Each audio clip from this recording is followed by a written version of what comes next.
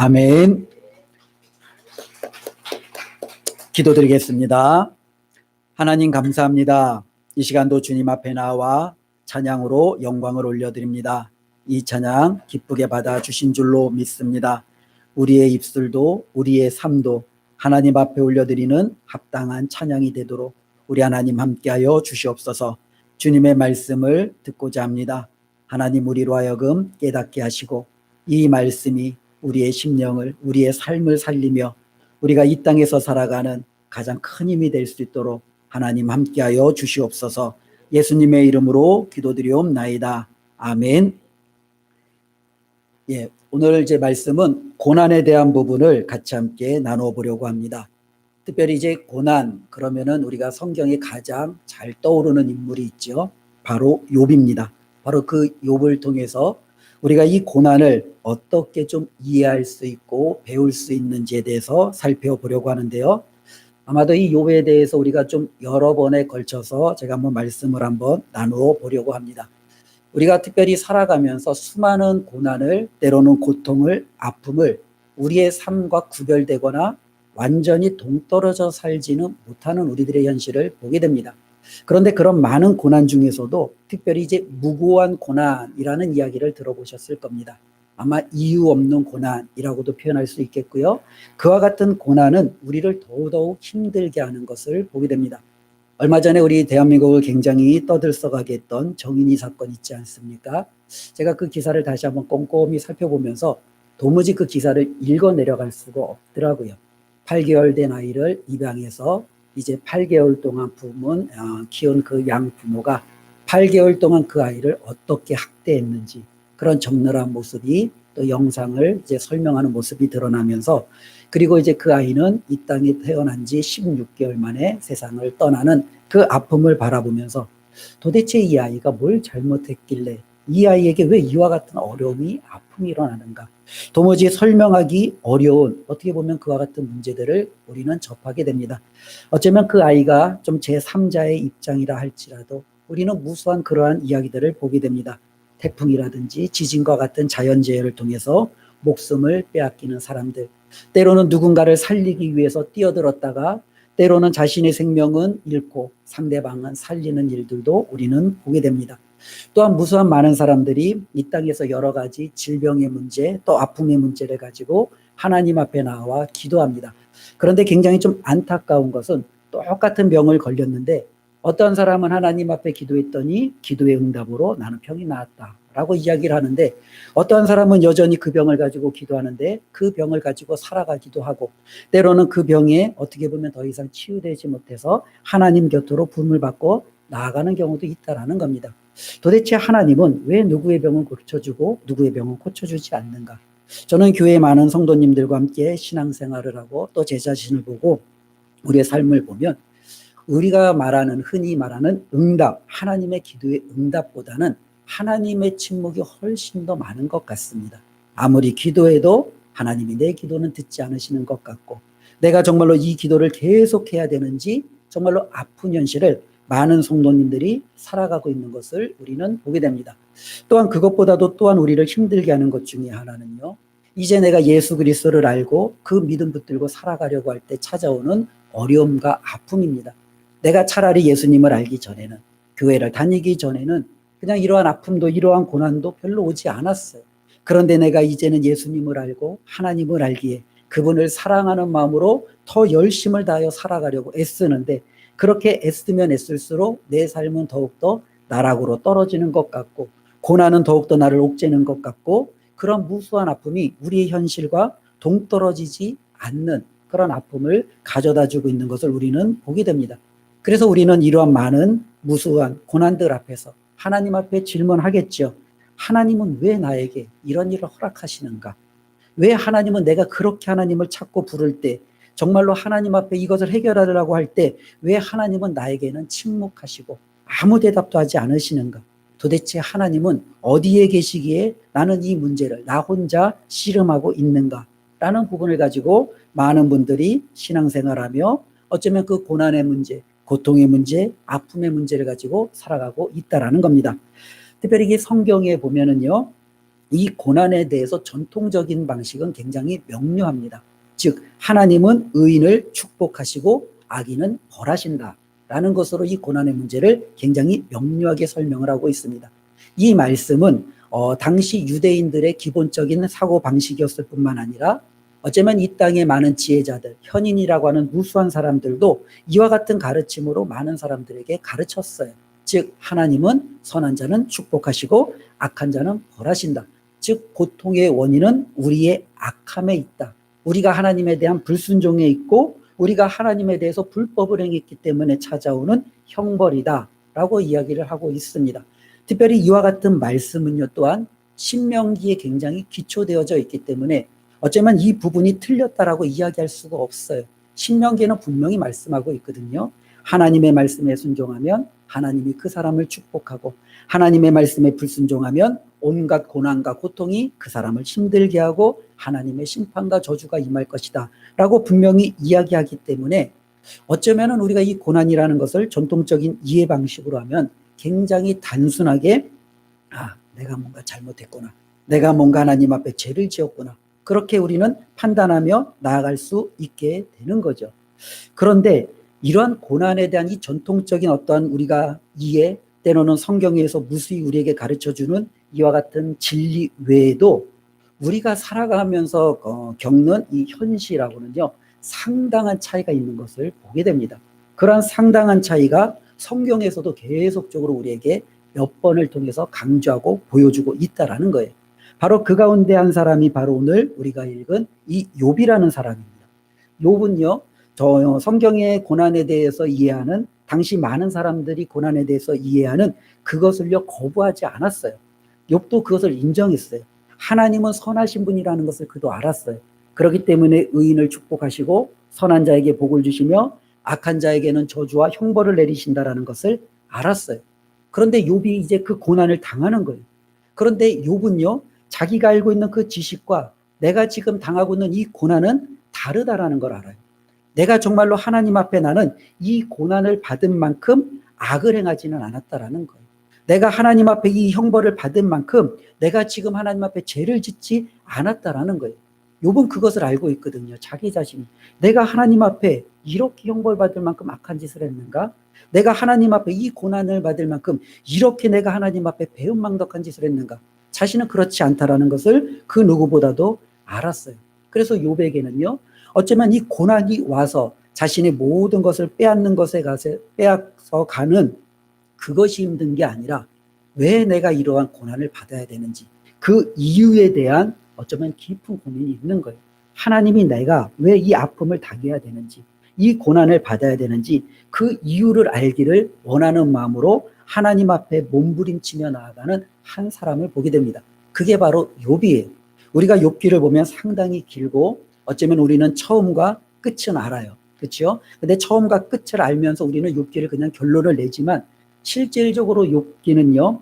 이 세 친구와 오늘 찾아온 또 욥과의 이 대화가 계속적으로 반복이 되면서 이 반복되어져 가는 가운데 이 욥의 외침을 우리는 들을 필요가 있다라는 거예요. 그는 하나님 앞에 계속적으로 묻는 거예요. 하나님, 왜 나에게 이 고난을? 하나님, 왜 내가 이 아픔을? 하나님, 정말로 내가 하나님을 한 번만 만나기만 하면, 나는 이 문제만 해결이 된다면 하나님, 나는 다른 것 묻지 않겠습니다. 다른 것 하나님 앞에 전 따지지 않겠습니다. 하나님, 그런데 왜 내가 이 아픔을 당해야 하지요? 어쩌면 자신의 현실에서 나타나는 것과 어쩌면은 그동안 그가 알아왔던 고난에 대한 이해가 상충하는 거죠. 내가 죄를 지어서 만일 이 고난을 받았다면 그래, 너는 죄를 받아도 싸. 그렇게 내 수긍할 터인데 나는 그렇게 죄를 짓지 않았거든요. 나는 하나님의 말씀대로 살려고 노력했거든요. 나는 하나님 앞에 정말로 경건하고 의롭게 살려고 노력했거든요. 그런데 왜 이 고난이 나에게 오는지 이것이 그에게 너무나도 큰 숙제였습니다. 시편 73편에 한 저자가 이렇게 외칩니다. 화면에 이제 말씀 띄워줄 터인데요. 시편 73편 1절부터 5절 말씀을 제가 한번 읽어보겠습니다. 하나님이 참으로 이스라엘 중 마음이 정결한 자에게 선을 행하시나. 우리가 아는 거예요. 그렇죠? 하나님은 의인을 축복하시는 거죠. 2절, 나는 거의 넘어질 뻔하였고 나의 걸음이 미끄러질 뻔하였으니. 즉 이 저자는 하나님이 선한 자를 축복하시고 악한 자를 벌한다라는 것을 알았는데 그가 거의 실족하여 그의 믿음이 넘어질 뻔했다라는 거예요. 왜냐하면 3절에 보니까 이는 내가 악인의 형통함을 보고 오만한 자를 질투하였습니다. 근데 세상을 보니 악한 자들이 형통한다라는 거예요. 근데 그 악한 자들이 4절에 보니까 그들은 죽을 때도 고통이 없고 그 힘이 강건하고 5절에 보니까요 사람들이 당하는 고난이 그들에게는 없고 악한 자는 당연히 고난을 주신다고 했고 형벌을 주신다고 했고 재앙도 주신다고 했는데 그들을 보니 전혀 그렇지 않다라는 거예요. 사람들이 당하는 재앙도 그들에게는 없나니. 그러니까 이 시편 73편 저자는요 바로 이 자신이 알고 있는 그 하나님과 지금까지 받은 그 말씀과 자신이 바라보는 그 현실 속에서 이 충돌이 때문에 자신이 지금 너무너무 낙담하다는 거예요. 왜 이렇게 하나님을 향하여 악하고 하나님을 향하여 정말 이렇게 잘못된 삶을 살아가는 저들은 고통도 없고 그 힘도 쇠하여지지 않고 그들에게는 고난도 없고 재난도 없고 그들은 저렇게 날마다 형통하며 잘 살아가는가? 도대체 이것을 내가 어떻게 풀어야 되는가? 이와 같은 아픔이 그에게는 있었다라는 거죠. 또 이와 같은 아픔을 가지고 외쳤던 한 선지자가 있습니다. 우리가 아는 하박국 선지자예요. 이 하박국 선지자도요 자신에게는요 하나님 앞에 따져 묻고 싶은 한 가지 질문이 있었어요. 보니까 이 땅의 이스라엘 백성들 가운데 사기를 잘 치고 도둑질을 잘하고 자기가 가지고 있는 힘으로 다른 사람들의 거를 갈취하고 정말로 그렇게 살아가는 사람들이 있는데 그들은 형통하다는 거예요. 그들은 잘 산다라는 거예요. 그들은 시편 73편 저자가 이야기하는 것처럼 아무 두려움 없이 아무런 부끄러움과 꺼리낌 없이 너무너무 잘 살고 있다라는 거예요. 그러나 하나님 앞에 경건하고 말씀 붙들고 하나님의 뜻대로 살려고 하는 자들은 가난하고 힘없고 학대받고 어쩌면 그들에게 의해서 여러 가지 이리저리 그냥 끌려다니며 너무너무 비참한 삶을 살아가고 있다라는 거예요. 도대체 선하신 하나님, 의인은 축복하시고 악인은 벌하시는 그 하나님이 도대체 어디에서 내가 찾아야 되는지 이 하박국 선지자는요 너무너무 힘든 거예요. 또 보니까요 이스라엘 백성은 하나님의 백성이에요. 그들은요 하나님이 선택하신 민족이에요. 그들에게는요 성전이 있고 하나님의 말씀이 있고 그들은 하나님을 섬기는 하나님의 자녀들이었어요. 그런데 그 하나님의 자녀들을요 아수르가 와서 치고 바벨론이 와서 치고, 근데 이 아수르와 바벨론은 어떤 자들이에요? 하나님을 모르는 자들이에요. 하나님을 대적하는 자들이에요. 어쩌면 하나님과 정말로 원수지간의 자들이에요. 근데 그들이 하나님의 자녀들을 치는 이 모습을 보면서 우리는 그래도 하나님 앞에 예배하려고 제사하려고 하나님 앞에 나아가고 몸부림치는 왜 이 민족이 그렇게 정말로 하나님을 적대시하는 저들에 의해서 고통을 받아야 되는지, 이 하박국은요 그것에 대해서 너무너무 깊은 고민과 아픔이 있는 것을 우리는 보게 됩니다. 어쩌면 우리가 살아가면서 우리가 다 말은 못해도 우리도 이러한 고민들이 있을 수도 있다라는 거예요. 그래서 우리가 이 고난에 대해서 함께 성경, 특별히 욥기를 통해서 한번 살펴보려고 하는데요. 이 욥기를 통해서 우리가 고난에 대해서 그렇다고 온전히 다 이해할 수 있다, 그렇게 말씀드리기는 어렵습니다. 그러나 조금이나마 우리가 정말로 이 고난을 어떠한 자세를 가지고 또 어떻게 대해야 되는지를 우리가 만약에 배울 수 있다면 그것이 저와 여러분들에게 큰 힘이 되고 우리가 한 걸음 더 성장할 수 있는 발걸음이 될 줄로 믿습니다. 계속적으로 이야기하는 것처럼요, 저와 여러분들이 죄져서 하나님 앞에 매맞는 것이라면 우리는 할 말이 없어요. 그렇죠? 마저도 싸. 근데 만일 후자라면 나는 죄짓지 않았는데, 나는 하나님의 말씀대로 살려고 했는데, 나는 정말로 주님의 말씀대로 정말로 몸부림치며 살았는데 이와 같은 어려움이 오면 어떻게 해야 되느냐라는 거죠. 바로 욥에게 그와 같은 일이 벌어졌다라는 거예요. 전통적인 이해 방식으로 보면 욥은 고난을 받아서는 안 돼요. 특별히 오늘 1절 말씀을 보면요. 1장 1절인데 혹시 띄워지나요? 예, 있네요. 1절 말씀에 보면은 우스 땅에 욥이라 불리는 사람이 있었는데 그 사람은 온전하고 정직하여 하나님을 경외하며 악에서 떠난 자더라. 예, 이것이 바로 성경에서 보는 욥에 대한 평가예요. 근데 이 평가는 하나님이 8절에 그대로 또 한번 이야기해요. 그러니까 욥은 어떤 사람이냐면 온전하고 정직하고 하나님을 경외하고 정말로 악에서 떠났고, 그래서 하나님은 그를 뭐라고 얘기냐면 세상에 그와 같은 자는 없다라고 인정했던 사람이 누구예요? 욥이에요. 그러면 당연히 욥은 뭘 받아야 돼요? 축복받아야죠. 우리가 이야기하는 축복은 뭐겠어요?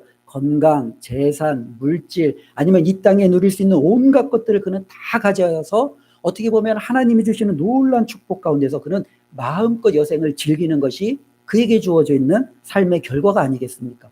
그런데 이와 같이 온전하고 정직하고 하나님 보시기에도 인정했던 그가 전혀 상반된 결과가 그에게 몰아치기 시작했다라는 거예요. 그는 동방에서 가장 큰 부자였는데 모든 재산을 하루아침에 다 잃어버립니다. 그에게는 아들 7과 딸 3이 있는데 하루아침에 그 아들 7과 딸 3을 잃어버립니다. 그에게는요, 건강이 있었는데 그의 모든 건강을 하루아침에 다 잃어버리고 정말로 그의 몸을 알아볼 수 없을 정도로 악성 종기가 온몸에 나서 기아장으로 그의 몸을 긁고 있는 너무나도 비참한 그의 모습을 보게 됩니다. 그에게 가장 가까운 사람이 있다면 아내겠죠. 근데 그 아내도 남편을 이해하지 못해요. 오늘 말씀해 보는 것처럼 하나님을 욕하고 죽으라 라고 이야기할 정도로 그는 이제는 뭐예요? 철저하게 혼자 버려진, 이 땅에서 혼자 남겨진 한 사람이 됩니다. 도대체 욥이 뭘 잘못했을까요? 무슨 죄를 지었을까요? 성경을 보면은요, 욥은요 그렇게 잘못하지 않았어요. 그렇게 죄를 짓지 않았어요. 우리가 살펴보았던 것처럼 그는 하나님 앞에 인정받은, 어떻게 보면은 사람으로서는 최고의 하나님의 평가를 받았던 사람입니다. 그런데 하나님이 그 모든 것을 다 빼앗아 갔습니다. 만일 저와 여러분들이 하나님 앞에 이렇게 경건하고 의롭고 정직하게 사는데 하나님이 저와 여러분들의 모든 것을 한순간에 다 뺏어가린다면 저와 여러분들 하나님 섬기시겠어요? 안 섬기시겠어요? 겉으로 대답하기 어렵죠. 예. 속으로 한번 대답해 보세요.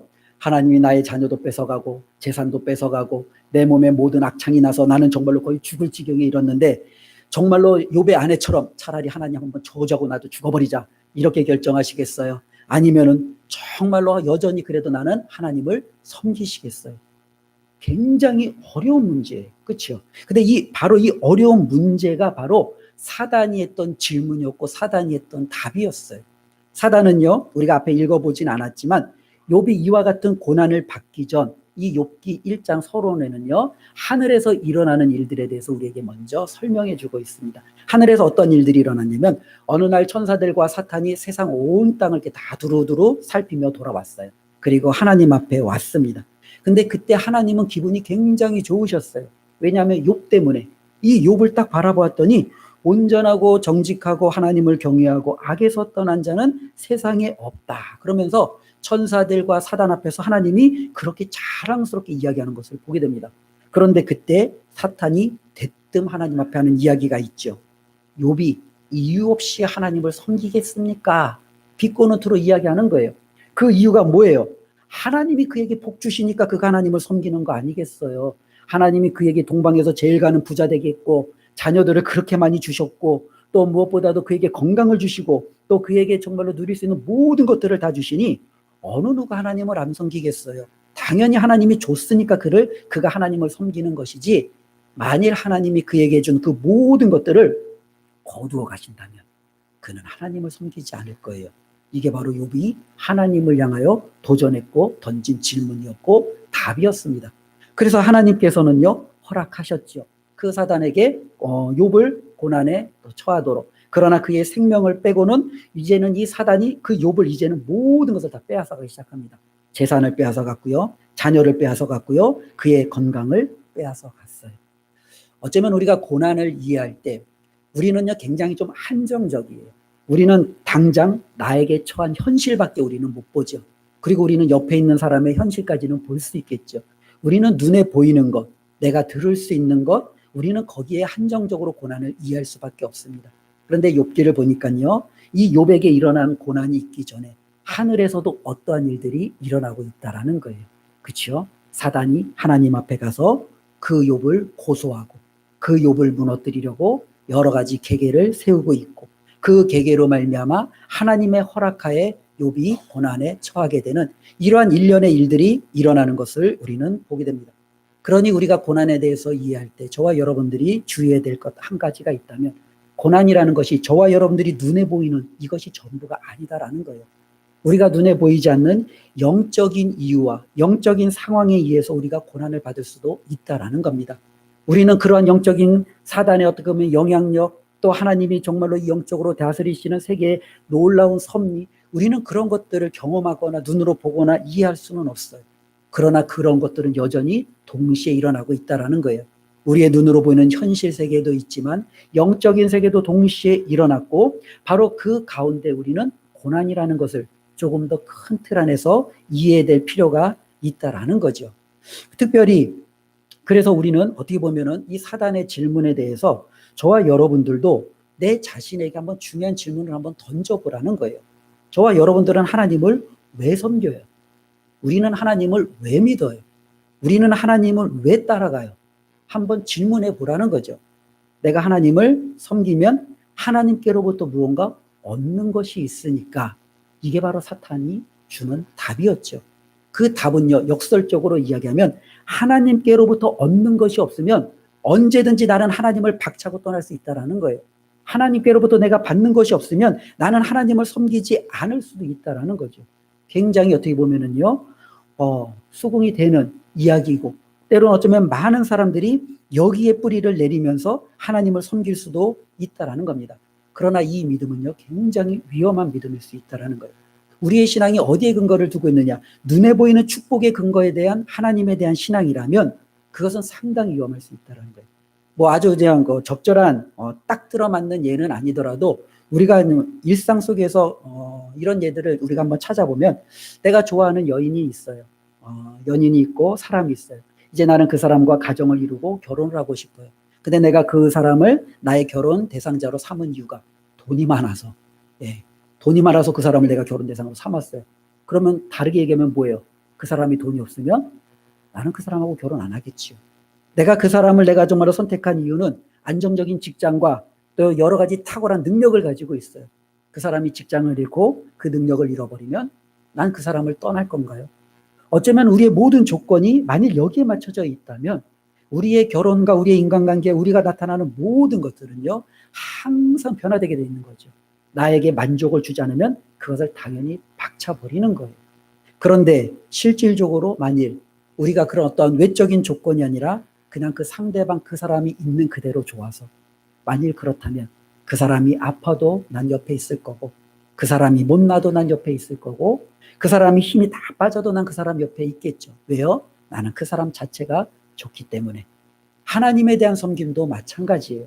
하나님이 힘이 있고 능력이 있고 내가 하나님 옆에 있으면 뭔가 떨어지는 떡고물이 있으니까 나는 하나님 앞에 붙어 있어야지 라고 만약에 신앙생활을 하는 사람이, 만일 하나님이 욥처럼 허락했던 이러한 어떤 모든 것을 거두어 가신다면 그의 믿음은 더 이상 하나님 앞에 아무것도 남은 것이 없게 되겠죠.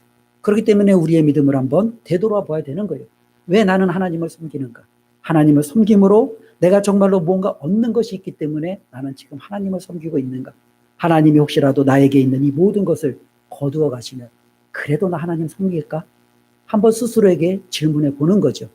그런데 사단은요, 욥에 대해서 자신이 이야기했던 그것이 틀렸어요. 욥은요, 모든 것을 빼앗겨 갔잖아요.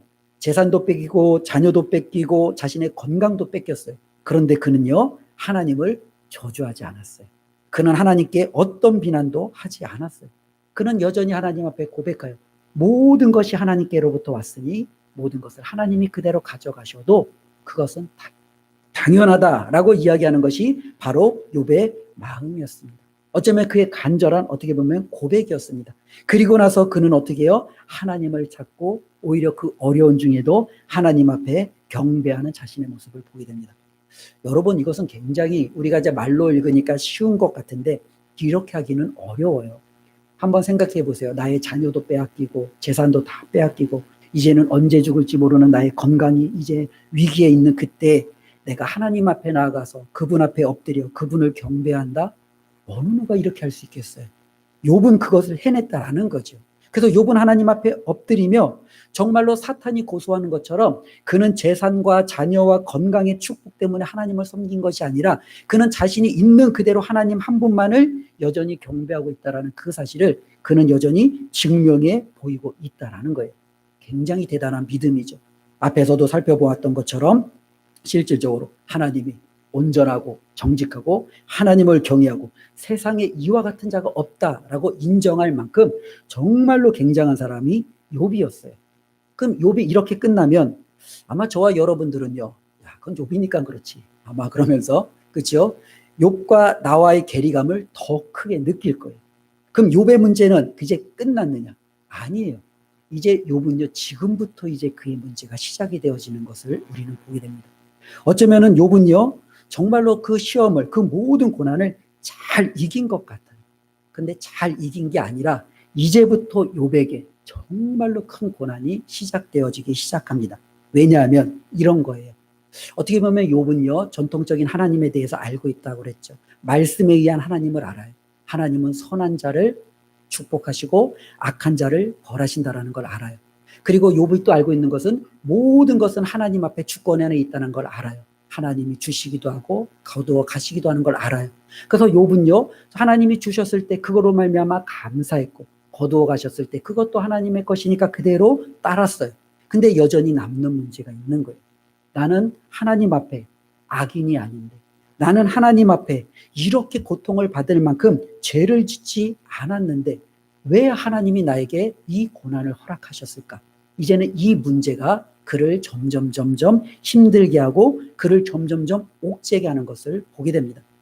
여러분들, 고난 중에 믿음이 있다. 그러면 이 믿음이 고난을 잘 이겨내게 할까요? 아니면은 그 고난을 더욱더 힘들게 할까요?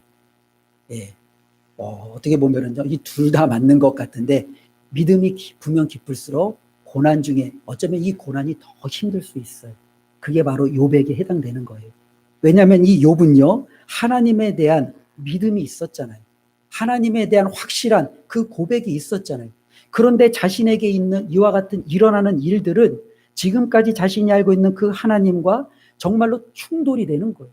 자신이 하나님 앞에 이렇게 선하게 의롭게 살려고 노력했는데 그 선하신 하나님이 아닌 어쩌면 악인이 받아야 될 그 형벌을 왜 하나님이 지금 나에게 다 쏟아붓고 있는지, 그는 너무너무 이것에 대해서 이해하기가 너무나도 큰 어려운 숙제가 되어버린 거예요. 만약에 믿음이 없는 사람에게는요, 이것이 큰 문제가 되지 않을 수 있어요. 왜냐하면 그에게 만일 어떠한 것이 이렇게 정말로 이렇게 형벌 같은 게 쏟아졌다라고 생각해 보세요. 믿음이 없는 사람, 아유, 오늘 재수가 되게 없다. 아유, 이게 뭐 내 팔자지, 뭐 그러면서 살 수도 있겠죠. 아니면 세상을 보면서 구조적인 문제로 보면서 세상의 불합리함 때문에 내가 어쩔 수 없이 겪게 되는 거야. 그러면서 그들은요, 무언가 합당하고 타당한 이유를 갖다가 그냥 둘러대요. 내가 오늘은 운이 없거나 이것은 내 팔자거나 이것은 구조적인 문제이기 때문에 내가 어쩔 수 없는 거야. 그러면서 그렇게 그냥 넘어가 버리면 돼요. 그런데 믿음이 있는 사람에게는요, 이것이 간단한 문제가 아니에요. 하나님은 선하신데 나는 그 하나님의 선하심을 믿고 나는 그 하나님을 여전히 오늘도 섬기며 그 하나님 앞에 믿음 지켜 살아가려고 이렇게 애쓰는데 왜 지금 하나님 나에게 내가 감당하기도 버거운 이 아픔을, 이 어려움을 나에게 허락하시는가? 이것이 바로 욥이 가지고 있는 가장 큰 문제였고 숙제였다라는 겁니다. 저 여러분들이 욥기를 통해서 오늘 우리가 좀 몇 가지 서론적인 부분들을 좀 같이 이야기를 나누는데요. 우리가 좀 정리해야 될 필요가 몇 가지가 있습니다. 하나는 뭐냐면 모든 고난이 반드시 죄로 말미암아 온다라는 견해를 욥기는 어떻게 해요? 무시해버려요. 예. 그러니까 우리가 누군가가 고통을 당하고 아픔을 당할 때 그 사람이 죄를 지었기 때문에 아픔과 고통을 당한다. 이것은 상당히 위험한 거예요. 욥기는 그렇지 않은 아픔과 고난과 어려움이 굉장히 많다라는 거예요. 이것을 우리에게 이야기해주고 있어요. 또 어떤 사람은요, 욥기를 통해서 이렇게 이야기도 해요. 야, 이 욥은 이 무수한 고난을 통해서 지금 단련되는 거야. 지금 열심히 훈련받는 거야. 그래서 그는 더 나은 사람으로 나오기 위한 하나의 연단 과정이야 라고 이야기를 합니다. 근데 이것도 굉장히 어폐가 있어요. 왜냐하면 방금 우리가 이야기한 것처럼 1장에 보면 하나님이 욥을 평가하는 그 장면을 다시 한번 보세요. 그와 같이 온전하고 정직하여 하나님을 경외하며 악에서 떠난 자는 세상에 없느니라. 훈련받기 전에, 고난받기 전에 욥이에요. 얘가 얼마나 더 훈련받아야지, 얼마나 더 온전하고 얼마나 더 정직하고 얼마나 더 하나님을 경외하고 그런 사람은 나올 수 있겠어요. 그는 이미 하나님 앞에서 하나님이 정말로 세상에서 그 누구보다도 인정해 주었던 사람이에요. 그렇기 때문에 이 고난이라는 것이 때로는 우리를 단련하고 연단하는 목적으로 주어지는 경우도 있지만 욥 같은 경우는 그렇지 않다라는 거예요. 욥에게 있어서 이 고난은요, 그를 더욱더 단련하고 하나님의 사람답게 만들어가는 그와 같은 과정이 아닐 수 있다는 것을 우리에게 보여주고 있다는 거예요. 그러면 우리에게 점점점 어려움이 있죠. 또 하나의 어려움은 뭐예요? 욥처럼 선하고 의로운 자도 아무런 이유 없이 때로는 어쩌면은 우리가 설명할 수 없는 고난을 당할 수도 있다라는 거예요. 그러니 저와 여러분들이 이 땅을 살아갈 때 우리가 하나님을 잘 믿고 그 하나님만을 우리가 온전히 섬기고 그 하나님 앞에 전적으로 헌신한다고 모든 고난이 우리에게 다 예외가 되느냐? 그렇지 않다라는 거예요. 하나님을 잘 섬겨도 고난받을 수 있다라는 거예요. 믿음을 더욱더 붙들어도 고난받을 수 있다라는 거예요. 욥이 지금 우리에게 그 모습을 보여주고 있습니다. 그러면 이 욥기는 우리에게 어떠한 모습을 보여주려고 하는 걸까요? 바로 아무 이유 없이 무고한 그 상황 속에서 고난받고 몸부림치는 그가 어떻게 그 고난 속에서도 하나님과의 관계를 끊지 않고 그의 믿음을 유지할 수 있느냐, 이것을 우리에게 보여주고 있는 거예요.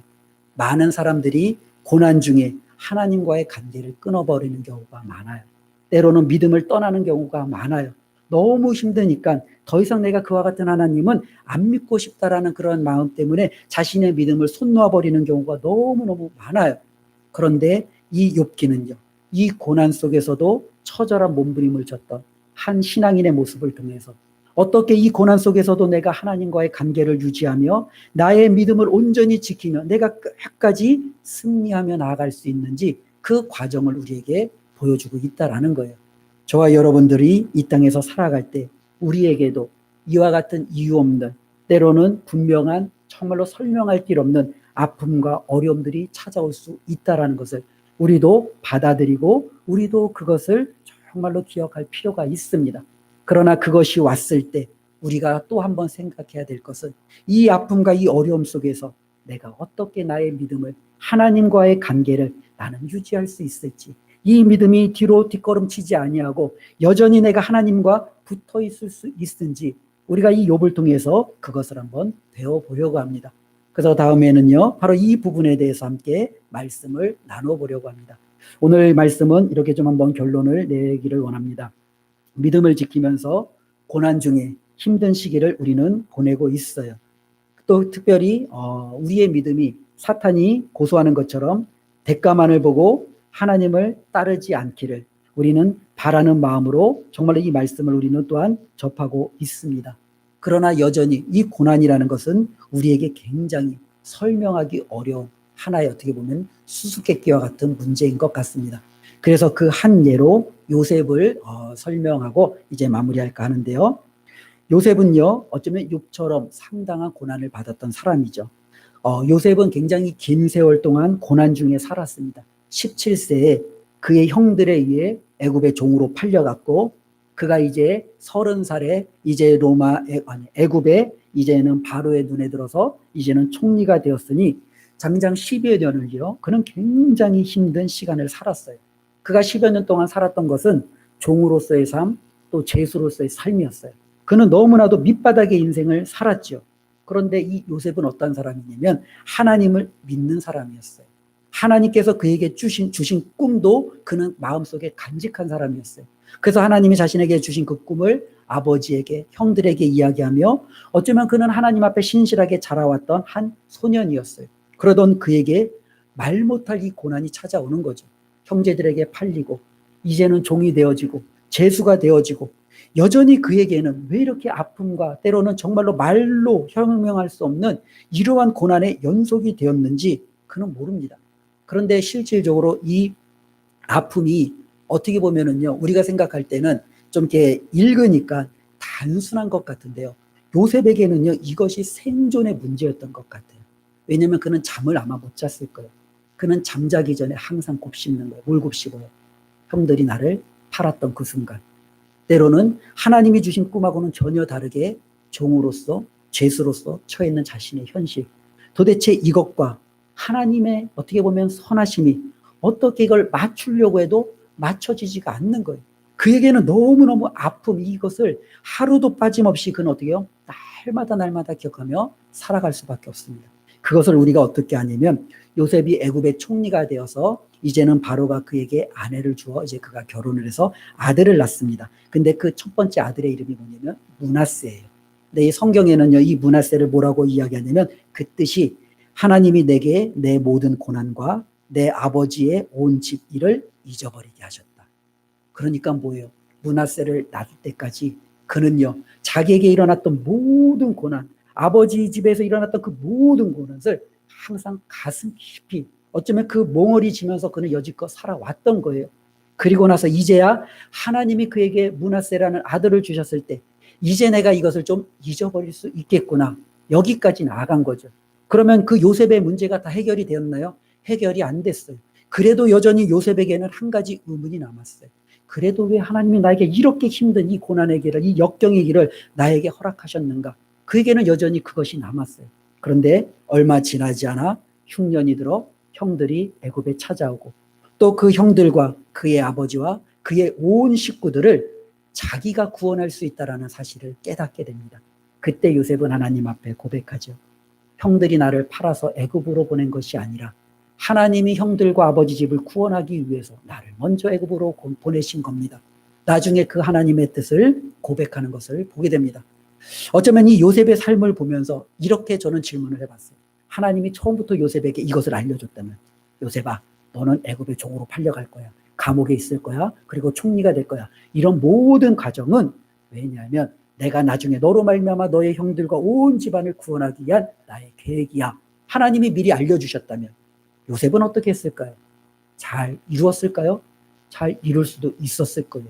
그런데 하나님은요, 그 방법을 선택하지 않았어요. 그를 철저히 밑바닥, 가장 아픔의 현장으로 그를 그냥 내버려 두신 것 같아요. 그리고 그 속에서 요셉은요, 철저하게 하나님과 씨름하며, 고통과 씨름하며 하나님의 뜻을 한 걸음 한 걸음 힘겹게 걸어나가는 그를 보게 됩니다. 그리고 나중에는요, 하나님이 왜 그에게 이 고난을 주셨는지, 이 아픔을 주셨는지 결국에는 깨닫게 되는 거죠. 욥도요, 어쩌면 우리가 그와 같은 편으로 이해해 볼 수 있을 것 같습니다. 욥은 왜 하나님이 나에게 이 고난을 주셨는지 그것이 제일 궁금한 거예요. 그것만 안다면 자기는 지금 죽어도 여한이 없다라는 게 바로 욥의 하나님을 향한 어떻게 보면 배짱이고 그가 내뱉는 말들이에요. 왜 내가 이 고난을 받아야 되는지 하나님 알려만 달라. 나는 그것 외에 그 어떤 것도 하나님 앞에 요구하는 것이 없다. 이것이 욥이 하나님 앞에 외치는 그의 음성이었어요. 그런데 하나님은 여전히 그에게 침묵하고 계시죠. 왜요? 우리는 아직 잘 모르지만 분명히 하나님께서 침묵하시는 데는 이유가 있겠죠. 어쩌면 욥이 정말로 그 고난을 통해서 뭔가 더 깊이 있는 것을 알도록 깨닫도록 하시기 위함인지 아니면 하나님의 또 다른 영적인 선한 어떤 의도가 있는지 우리는 거기까지 우리가 하나님이 아니기에 분명한 것은 다 알 수는 없지만 여전히 하나님은 그 욥의 모든 상황을 다 알고 계심에도 침묵하고 있다는 것은 하나님의 그런 주권하에 욥의 삶이 여전히 있다는 그 사실을 우리가 꼭 기억했으면 좋겠습니다. 그래서 요셉을 하나님께서 가장 어려운 중에서도 선한 길로 온전히 인도하셨고 또 욥이 힘들고 어려운 중에도 결국에는 하나님께서 그 욥을 만나시고 그를 위로하셨던 것처럼 저와 여러분들이 이 땅에서 살아갈 때 우리도 고난과 아픔과 씨름한다 할지라도 우리가 그 하나님을 붙들고 그 하나님께 우리가 나아갈 때 결국에는 하나님이 저와 여러분들을 만나시고 우리를 위로하시고 저와 여러분들에게 내가 왜 그렇게 했는지 알려주실 수 있는 그때가 올 수 있으리라 믿습니다. 그러기에 이 고난이라는 것을 우리가 정말로 바라보면서 저와 여러분들의 신앙과 믿음이 주저앉는 하나의 원인이 아니라 더욱더 하나님께로 저와 여러분들이 몸부림치며 나아가는 하나의 귀한 동기가 되기를 주님의 이름으로 축원을 드립니다. 기도하겠습니다. 하나님 감사합니다. 우리는 여전히 고난에 대해서 피할 수만 있다면 당연히 피하고 싶고 그것이 정말로 우리의 삶 가운데서 제거될 수만 있다면 하나님 우리가 무엇을 못하느냐 그렇게 생각할 때가 많이 있습니다. 그런데 하나님 이유 없는 고난 정말로 까닭 없는 고난 어쩌면 신앙 안에서 정말로 주님 앞에 더욱더 몸부림치며 열심히 살려고 하는데도 찾아오는 고난들 앞에서 우리는 좌절하고 너무너무 힘들고 아버지 하나님 정말로 어떻게 해야 될지 몰라 하나님 앞에 나아갈 때가 많이 있습니다. 주님 우리를 위로하여 주시옵소서. 우리를 만나 주시고 우리에게 정말로 아버지 하나님 이 고난 중에도 우리가 그 하나님을 붙드는 그 손길을 놓지 아니하도록 주님 우리를 축복하여 주시옵소서. 이 고난이 우리의 신앙이 아버지 하나님 뒤로 정말로 물러가는 것이 아니라 더욱더 하나님을 붙드는 귀한 동기가 되게 하여 주시옵소서. 예수님의 이름으로 기도드리옵나이다. 아멘.